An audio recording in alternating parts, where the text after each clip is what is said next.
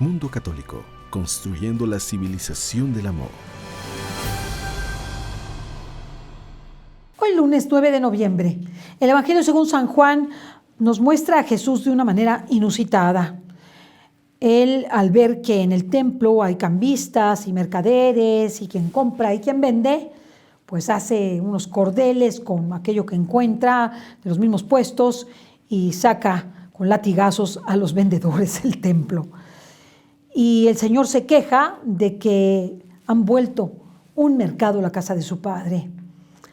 Los fariseos están furiosos de que se haya hecho esto y dicen: ¿y con qué autoridad tú haces esto? O sea, ¿por qué haces esto? Y Jesús les contesta algo muy enigmático y que para nosotros tiene explicación después de su muerte, y que es: destruyan este templo y lo construiré en 3 días. Y él hablaba de su propia muerte y de su resurrección, y eso lo entendieron los apóstoles después de la resurrección. Nosotros, ¿qué debemos ver en esto? Debemos ver precisamente que tenemos que ser celosos por las cosas de Dios. A veces, ay bueno, ofendieron al sacerdote, ay bueno, entraron a la iglesia las personas semivestidas, porque así es de una manera como si fueran, no sé, a la playa, ¿verdad? A la casa de Dios, y nadie dice nada.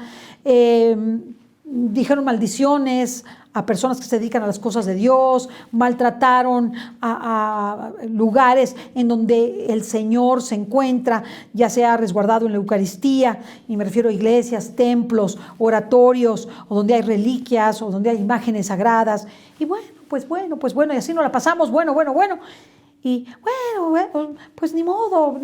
Y no somos celosos de las cosas de Dios. Y tampoco somos celosos de ver cuando al Señor se le ofende gravemente. Se le ofende y se le quita sus derechos. Dios tiene derechos y tenemos que defender esos derechos. Derechos del bien y de la verdad. Derechos en cada una de sus criaturas. Derechos en los niños y en los no nacidos.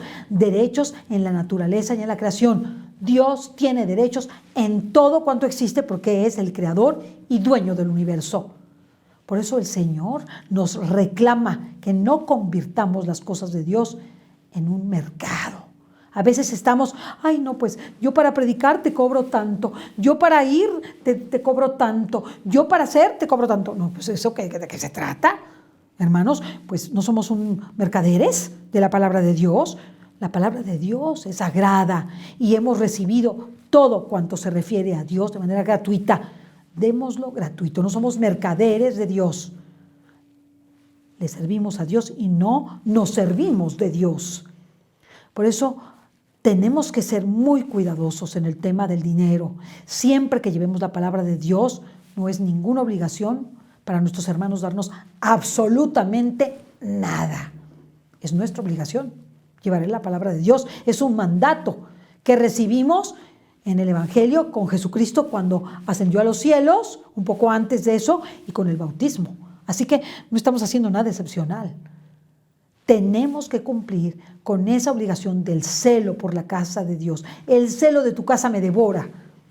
Eso es lo que dice la Escritura. Así debemos sentirnos devorados por dentro, llenos de fuego cuando ofenden las cosas de Dios, cuando hablan mal de Dios, cuando ofenden a su iglesia y a sus pastores y al Papa. No, señores, no es posible y no lo debemos permitir. Debemos, dentro de nuestras capacidades, actuar, hablar, poner los medios materiales, sociales, espirituales para defender el reinado de Cristo, para defender su evangelio y defender a su iglesia.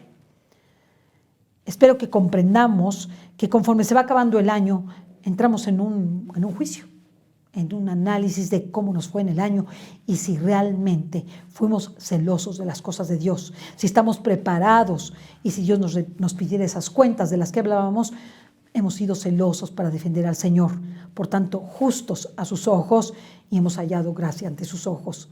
Ojalá encontremos en Dios, cuando nos presentemos y cuando analicemos nuestra vida, que hemos tenido esas manos llenas de su servicio a ningún costo, de manera gratuita, y hemos sido celosos para defender los derechos de Dios sobre cada uno de nosotros, sobre la creación y sobre todo el universo.